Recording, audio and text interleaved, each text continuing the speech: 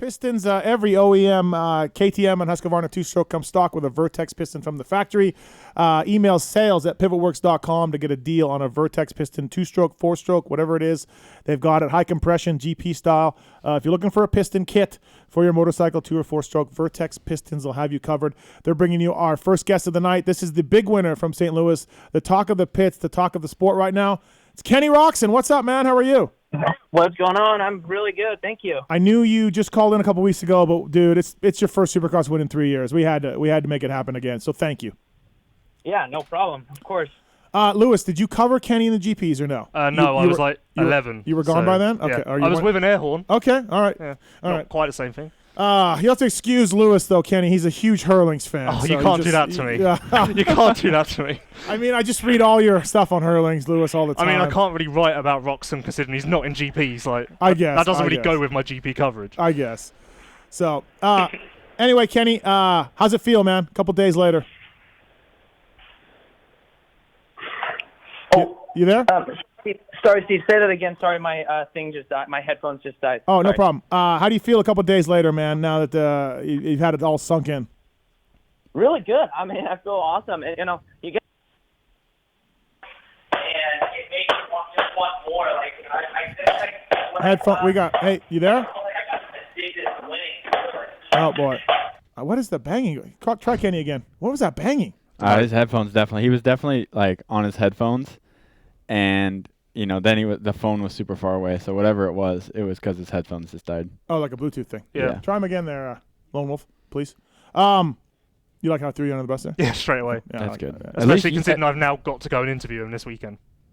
I'm actually going to the Honda track on Thursday. Could you maybe put the Hurlings jersey away when you go interview him? I don't collect jerseys like yourself. This is a studio. This is a studio. I'm not one of those guys. So. Yeah. All right. Let me. All right. Try him back. I'm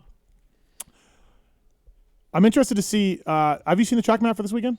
Yeah. How does it look? Good. I haven't looked yet at it. That's is good. it tight? It's more open this one. Is it okay? Because Anaheim one was tight. Yeah. Tighter than I thought. This weekend was a little tight too. But that's fine. Yeah. It slows it down. When it's it's open like that in those short stadiums, the track's too short. Yeah. And then they do 30 laps. That's a good point, right? Yeah, Yeah. 28 laps. I mean, or what whatever, they do? right? Would they do 24 this weekend? Yeah, I don't know. Something like that? All right, we got Kenny back. Hey, what's up? Sorry, Hey, sorry. My call just dropped. I have no idea why. Now we hung up on you because your headset didn't work and you were sounding like you were 18 miles away from your phone. I can see that. Okay, couple days later, you've done it. How's it feel, man? No, it is amazing. It's like I said, in 2016, it's almost like I got addicted to winning, and also in 2017, those couple of rounds, and you get this first little taste back, and it just makes you want so much more.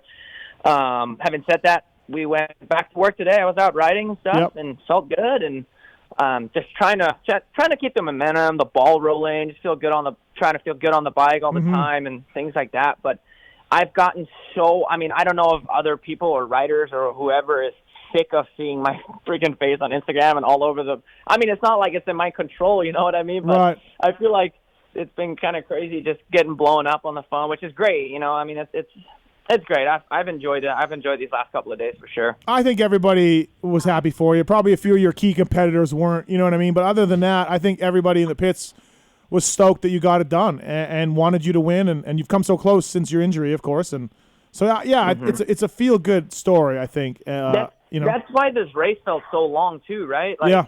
I've led before for quite a bit, but the crazy part was like once I went in the lead, I had it was I didn't want to mess up, and it was a long race, whatever, but I had no doubt in my mind, which was right. I think key, you know what I mean? I just laid out lap after lap, and I rode a really clean race. I didn't really make any mistakes, and I was fast on top of that. So it was fun, man. It brought back good memories, that's for sure. Yeah, I was going to ask you how long it felt, but yeah, you just answered that. It was going forever for you. I said in the conference, every time I went over the finish line jump, it was like a magnet, but I always saw the tower with the timer on it, right? Yeah. Yeah. So first half of the race didn't go by, and then you have like 8+1, which is like freaking 15 laps. Obviously, I'm over-exaggerating, but I'm saying the lap time was just short enough to where you'd go another lap, and it was like the same minute still, you know? Yeah. So it took forever for the race to go by, and obviously with a few laps to go, I kind of just backed it down a little bit, and I'm like, okay, let's just hit our marks here because the track, it wasn't Anaheim rough, but towards the end, the in between the jumps, like it just gets those. It wasn't necessarily super deep ruts, but sometimes you have those notches that you don't really see. You know what I mean? So I was just really trying to hit my marks and not do anything silly. I'm also happy for Honda, for Eric, for Sam, Dan, who's no longer there, Lars, my mechanic, your mechanic Jordan. His first race, right? His first 450 win. Yeah, that's awesome for those guys, man. I mean, they've invested a lot of time and money into you, just as you have to them, and everybody's been working to this goal, and that's cool for all of those guys. I've been there on the team, and I know how it feels. So that's awesome. I'm really happy for all of Honda. Everybody works overtime, and they're just like there's nothing that they don't do. Like they don't shut anything down. They just whatever I want them to do, especially when it comes to if I want to ride on Christmas, if I want to ride on New Year's, doesn't matter. Like we're there. So it was so good to just pay them back because I feel like I know they have been putting in the work, and I have too, and I'm doing everything I can, but I haven't been able to show it. You know what I mean? That's what's so freaking frustrating. I bet. Yeah. 702-586-7857. You got a question for St. Louis winner Ken Roczen on the line. Brought to you by VertexPistons.com. So, how did you end up with such stiff suspension? You talked about it in the press conference, told me about it. I talked to a Honda guy that said the same thing. Was it? I know it's safety issues and everything else, and from your injury and everything else, but man, I mean, obviously you were feeling good with it, right? But holy smokes, I guess it was, like you said, stiffer than Malcolm. Well, here's a couple of things. I had there's a lot of things that play a role in that. So basically, with just the setup, link wise, and everything that I wrote last year, the geometry and stuff, it was a little bit like different than stock, or it made it different than stock, right? And so I had my struggles with things like that because it was blocking a lot. Like it was just a lot going on. So then we eliminated that with the new link. And that was a lot better in the initial part, but at the same time, I still had the same geometry. Like, it basically still had a lot of the same characteristics, but I was able to go a lot stiffer in my shock dampening-wise. Okay. So I had basically, like, we made a change, and then I'm like, dude, I kind of want, like, a big step. So then we went the big step, right? So now I was kind of in between those two things, but I'm like, hey, this is California. It's hard. The track's hard, whatever. I'm going to go to Florida, and I'm going to need it. I'm always, every time you set up your bike over here and you go to Florida, you're like, man, I need to go a lot stiffer. So I kind of just stuck with it. And then literally just before, I don't know how many weeks ago, but so basically after my testing and whatnot, I went to a different link. Again, I would never change the link because it's really difficult when you have a link set up. The curve of it, you basically set your shock up to that link, right? So most of the time when you put in a different link, it doesn't really work out with the same shock if the curve is different, right? Sure. So I ended up with a link that was same, but different, if you know what I mean. I ended up with it, and then it started raining, and I didn't really have that good of days, and it was stiff, and it made, I don't know, I was kind of just like, let's not freak out. I had all my good days in Florida pretty much on a different link setup, right? So I went to this link, and I'm like, yeah, I think this will work. It fixed a couple of things, but then there were a couple of bad things too. So I'm like, I'm just going to stick with it now, and then, it started raining before Anaheim, so we couldn't really ride. I was up in Utah, and nobody was really riding supercross. And so it was one of those things, even when you think of, 3 weeks before Anaheim, I was just like, man, I don't really want to, freak out and, turn things upside down and retest and do all this stuff. So I'm just going to stick with it, do my thing, show up to Anaheim once, see where we're at. Well, sure enough, we were just a little bit on the gnarly side, we're a little bit too far left field on it. Yeah. And we had to fix that. So we came up with a plan. That's why I wasn't happy with the sixth place, but I wasn't overly frustrated because I know what I'm capable of. But at the same time, I was like, guys, did you see what happened out there? Like, the bike was riding me instead of me riding the bike. So we came up with a plan, and even then, it's, you ride those 2 days, there's a million ways to skin a cat. And just because you have 2 long days at the test track doesn't mean you hit it dead on. And some of the shock changes, it takes a long time, and you have to rule a lot of things out, and there's so many different ways of doing it. So it's a little bit stressful on that side, just because you show up to the race again, and even when you think you're like, oh, this is good, I feel good or whatever, you still got to prove it in the race. It's always different race conditions. The tracks are different. The tracks get more beat up than anywhere else. In California, the tracks are so hard. You normally get to the base where it's rock hard, and then it just stays the way it is. Right. So I don't know. It's just a combination of things. And during practice, we were messing around with clickers, and even that, like sometimes the clickers, they make a big difference. So if you're off a little bit and basically flip flop with some of the like high speed, low speed, all that kind of stuff, Yep. it can make for a big difference where you're just not comfortable at that. So luckily, we made some good changes.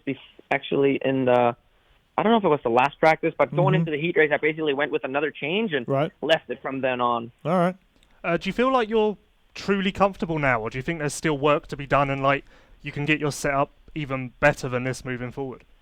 I definitely think we can get better still. I was comfortable enough to ride the main event, like the parade lap, right? And I was like, oh, this is like more like what I'm not used to, but this is like more what I was looking for. So I kind of had confidence going into the main. But I do still believe we can get better. But at the same time, sometimes with the time that you have, you can only get so good and comfortable. And if you're barely comfortable, then it's worth leaving sometimes, you know, because no bike is really ever perfect. It needs to be rideable, and you need to be able to expect what it's going to do. Well, as a former mechanic, thank you for saying that. No bike can ever be perfect, because being on a team with Chad Reed for a long time, I thought bikes could get perfect. I'm glad you said that. Yeah, and a lot of things that you think about that should make sense in theory and look like that on paper, and then you go ride it, it doesn't always match up. So sure. It's very easy to get lost and stuff like that. Yeah, for sure. Ken, we talked about this a little bit ago with testing suspension. What's your thought on testing suspension at a track that you ride all the time and that you're 100% comfortable on, compared to like riding a new track, like say heading to a different track in Florida or a different place in California? Well, it depends. You know, the good thing is that the tracks you have done, you know, a lot of laps on, I mean, sometimes you don't have a different option, you know what I mean? Like, especially in California, like tracks are shutting down, and, you know, at least going to our test tracks, we have it. We can water it when we want to. For example, like if you go to Milestone, you always have to wait, and there's a crap load of people. And sometimes in between changes, the track changes a lot. And then once the track's gone, it's like, you know, sometimes the day is over. So one good thing about when you have a lot of laps on a track is that from your base setup, and you know how that works there, and when you do changes, you can really pick out what's better and what not. On the other hand, I don't know if anybody gives it that much thought, right? Like when we go to Florida and we do our big test there, we have 2 tracks to choose from. And, you know, other than that, I mean, what else are you going to really do? You know, it's kind of like what's available to you and what do you think makes the most sense. I know it costs some money. Do you like it when Honda gets the lights out and you do some stuff at night? Well, I haven't done that yet. But I know they used to do that back in the day. I thought they did it with you a couple years ago. Okay, all right. No, good. No. Way to go, Mathis. Just for like practicing at night? Yeah, they a few times they've rented generators, got some lights, and watered the track at night and run a whole supercross program. I actually just talked about that with those guys last week or a couple of weeks ago, and what they said, it's really difficult because it doesn't really matter how many lights you got. What is the ideal situation is if the lights hang really high, right, and it shines from the top, because that eliminates a lot of the shadows. So when those lights, like say you have those poles, right, and they go all around the track and whatnot, sometimes it just still isn't enough to have like pretty good vision, especially, you know, when the tracks get cupped out and starts drying a little bit, they all look the same. So you can't really see it that well. So I think the ideal situation, like in the stadiums, I mean, obviously there's a lot of lights, but they hang super high. So it's really good. But, you know, I don't know. I know Stu back in the day, he had lights too. I don't really know what his setup is, but those were probably most likely maybe not like portable ones, per se, you know. They might be like legit ones that are really high and like made for this kind of stuff. There was no money spared back then, Kenny, at that lights and stuff and everything. We got a call for you on line 1 from Brian. Hey, Brian, what's going on? What's your question for Ken Roczen? Hey, Kenny, first off, I just want to say congratulations on the win. I think all the fans are really happy for you, so good work on that. Thank you. Hey, so I was watching the night show, and I noticed in the main, Zacho got a good start, and you were kind of chasing after him, and Zacho got a little bit scrappy, and after the finish line, he uncorked a 2-3, and it seemed like he was the first guy to do it. Did you kind of catch up on that? Because I noticed a couple laps later you were pulling it. No, they were doing it in practice. A bunch of guys were. Oh yeah. Yeah. And Eli was going 3-2 into it, although we had to go a bit high. But, yeah. Kenny, were you able to go 2-3 and go to the inside? Right. That was the move, right?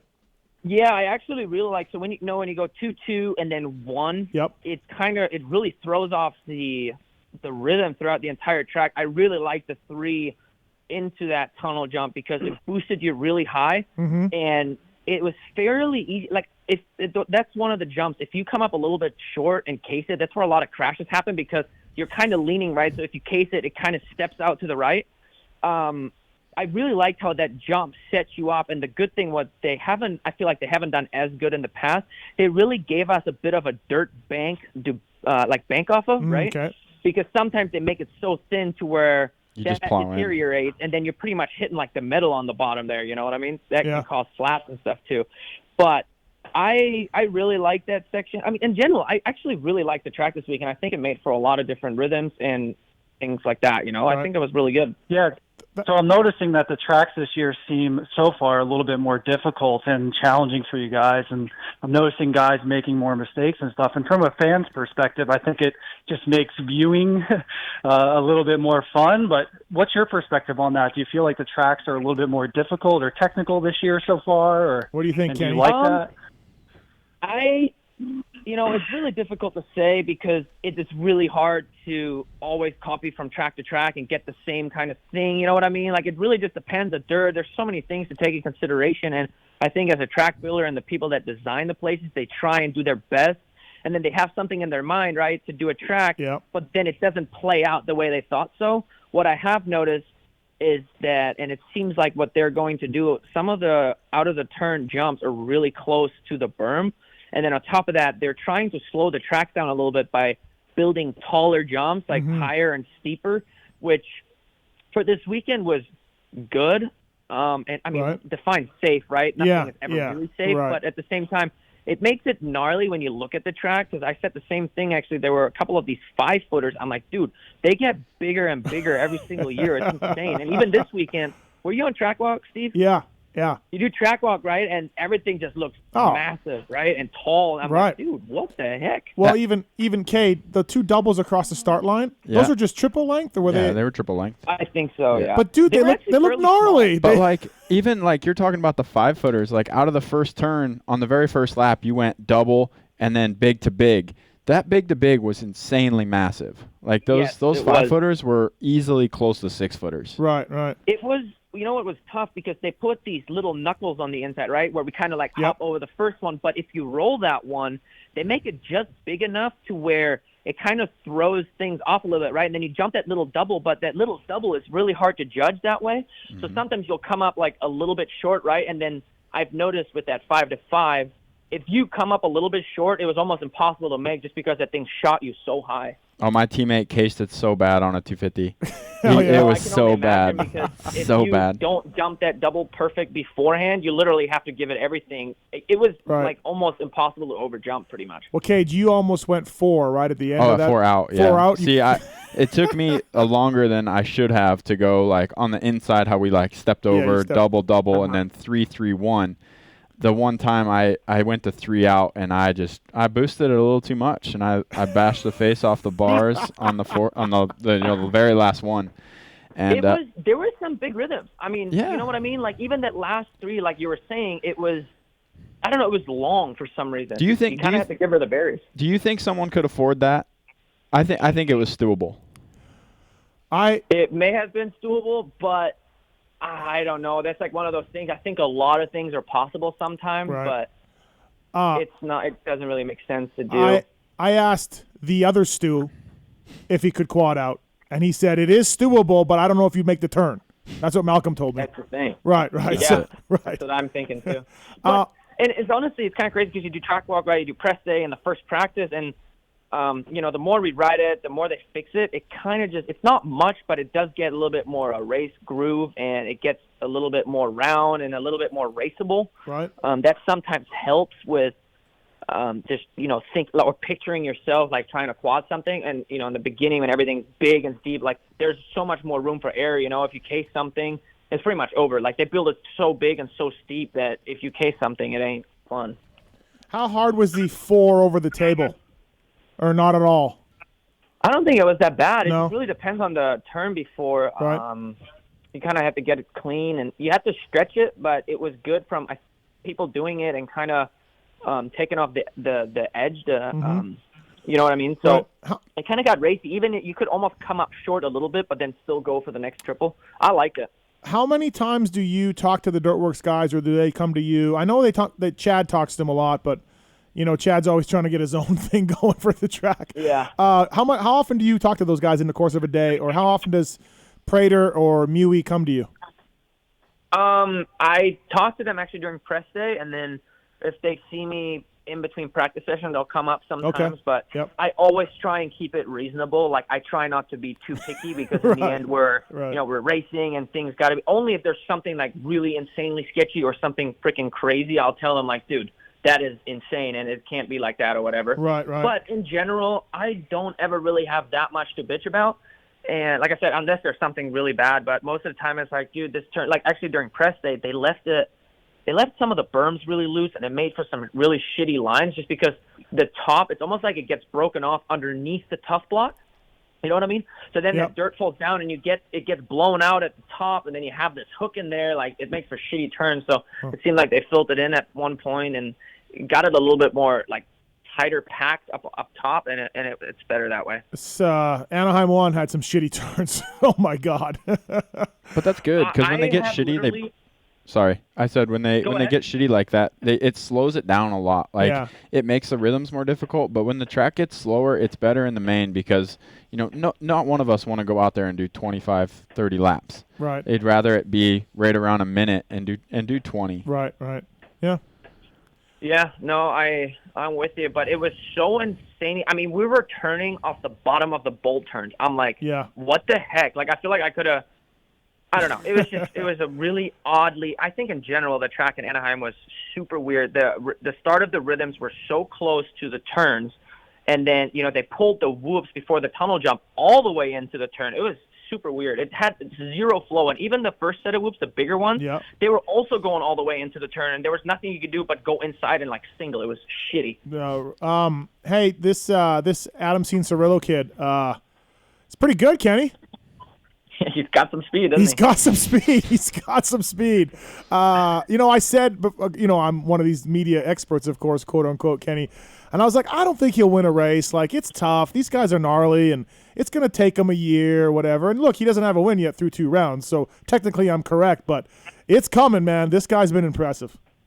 Yeah, no, he'll be up there for sure. It's kind of funny. We're always sarcastic with each other. So when he goes when he, even in Anaheim or whatever, and he's like a second faster than everybody, I always go up and be like, dude, you look like shit out there. And you're going terrible and things like that. And then, after the main event, I said something like, oh, dude, I had an amazing night out there. I rode great. So we're always sarcastic with each other, It's funny. No, it's good. And, if he'd gotten around Osborne, it was going to be on. It would be interesting. That would have been great. He would have. Sure. You guys could have gone one, too. After the heat race, did he win his heat race? Or did he get second? No, he got second. No, he won it. He won it? Yeah. No, he won it. So, he won, and I won, and I get a text that said Adam, so I open it up, and he says, we won our heat race, we should just go home. We should just go home now. Like, as if we've done our job for the night, Right. I feel like him and Adam are me and A-Ray.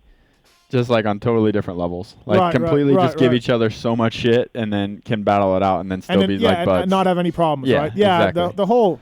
Well, we talked about this with you, Kenny, last time you were on. The whole Adam and you fight. That's so stupid, I think. It's ridiculous. But dude, I got the most, nice and, warm-hearted message from him after I won, you know what I mean? Same as what I would do to him, just because it's just, it's just a good friend relationship. Like, if I'm not winning, I'm sure as heck want to see him win, you know what I mean? Mm-hmm, for sure. And, that's just how it is. And I think, you never know, but I hope it stays that way, and I think it will.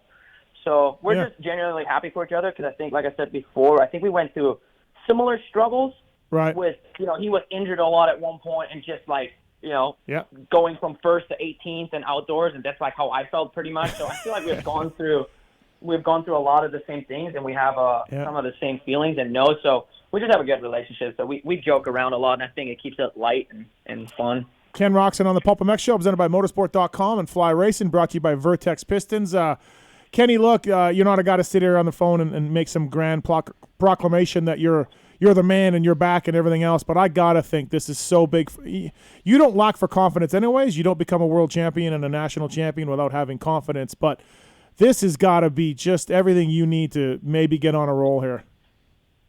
Yeah, I think of it as like, a lot of people, and including the team and whatever, and including me, right? Like, I'm going out there, I'm like, dude, I want to win. Like, I've done all the work, like, and all this stuff, and then you go out to Anaheim and then something like that happens. So when you think you can do it, well, that doesn't mean you're going to. Like, you still have to go out and perform, right? Yeah. So especially after the whole last year and everything, I feel like every race that I went out there and pretty much got like 10th or something like that, there's always more weight and more weight and more weight adding on. And it's like almost like a clean slate now. It's like I finally got it, and I felt like I rode like how I'm supposed to ride, and I know I can. And it's almost like I went to the finish line jump, and it's almost like it just all fell off. So I just feel good about myself, and I'm happy. I mean, I was always happy with my at-home life and everything, but right. you got to we ride every single day, and I've ridden my entire life. So yes, your mood and everything around is always you can't go out, have a terrible day, for example, and come home and pretend like nothing ever happened. You know what I mean? Same with races. So there's just a super fine line of staying positive and trusting in yourself and in your program and everything. But at the same time, I've searched for a long time. So now finally having that off, like, I think I just checked the big thing off my bucket list for right now. Yeah.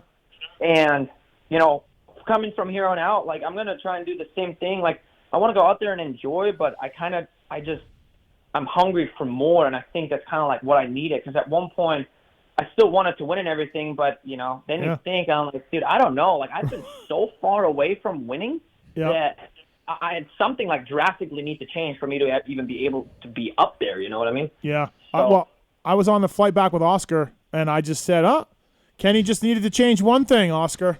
Mechanic. One thing. Yep. And look what happened. And Oscar said, yeah, I know. I was bringing him down. So Oscar knows that. Go ahead, Kate. We mess around all the time. Right. Ken, I need inside knowledge on my teammate Lorenzo, because I'm guessing you're in Florida right now, and I'm actually not. I'm in California. Oh darn! I need to know how was he doing before when you were down there? I know you guys ride at the Sandbox together. Yeah, no, I mean he's doing good. Like, it's always weird. Like, I always look at him as like a 450 guy, just because I feel like he's ridden outdoor 450s for a few years, but then he always like shows up for Supercross on a 250. But no, he was good. I mean, it wasn't really because, him riding East Coast and stuff. But same with Amar. Like, they kind of start a little bit later, which is totally understandable because, and even then, I feel like they sometimes still start a little bit early. And it actually worked out for Amar because he's actually racing West Coast. Yeah.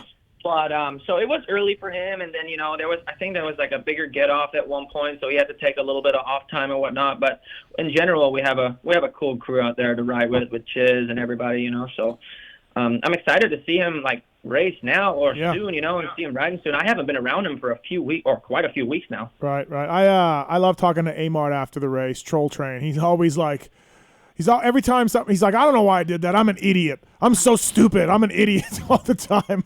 Alex, I'm like, don't be so hard on yourself, Amart. It's fine. You're all right. So. Yeah, it's fun. It's funny having him around. You can only imagine. I think there's a lot of different personalities around the Sandbox. Yeah, for sure. So we have a good time with it. That's for sure. Well, hey, Kenny, thank you for coming on. Appreciate it. Congratulations on the win, man. That's awesome. Like I said, maybe a few of your top competitor guys weren't happy for you, but everyone else in the sport, I don't really care. I think everybody's happy for you, man. That was awesome, and the first of many more. I have no doubt. So. Thanks. Yeah, that's the game plan, and I'm ready for it. That's why with this kind of things, I enjoyed on Sunday and today and all the messages, but at the same time, I don't want my highs to get too high and just like rest on it and just go and get all loose with my riding. I just want to stay super in check, and I'm going to treat every weekend the same. That is, don't get cocky, don't take anything on the easy shoulder or anything. Just go out there, like enjoy yourself, have fun, but have bite when it counts and just give it your best. Like sometimes there's things that are a little bit out of your control, you know what I mean? Yeah. As long as I give my best and felt like at the end of the night, no matter what position I got, feel like that I made the most out of it, I'm happy. Oh, yeah, no, well said. Absolutely. Well, thanks for the time, Kenny. Cool. All right, no worries. All right. Talk to you guys later. See ya. Bye. That's Ken Roczen, everybody, brought to you by VertexPistons.com. Email sales@pivotworks.com. After the race, he was there drinking a beer in the pits with fans. I Sounds love about it. right. That's what I love about Kenny. Yeah. He's so real. He is. Like yeah. some people think that we're just like not really myself, but like those dudes are just robots. You're you know? a robot. I know you are. Yeah, like, but no, like yeah. every one of those dudes, 90% of them are really fun to be around. I was going to bring this up with him on the line, but I didn't want to because it's going to be just like more blowing Kenny. But like, so he's had a crappy couple of years, fading, right? He's had this virus. Well, I should say a couple of years, but last year anyways. Had the virus, bragging him down. He's paid millions of dollars. He's not performing.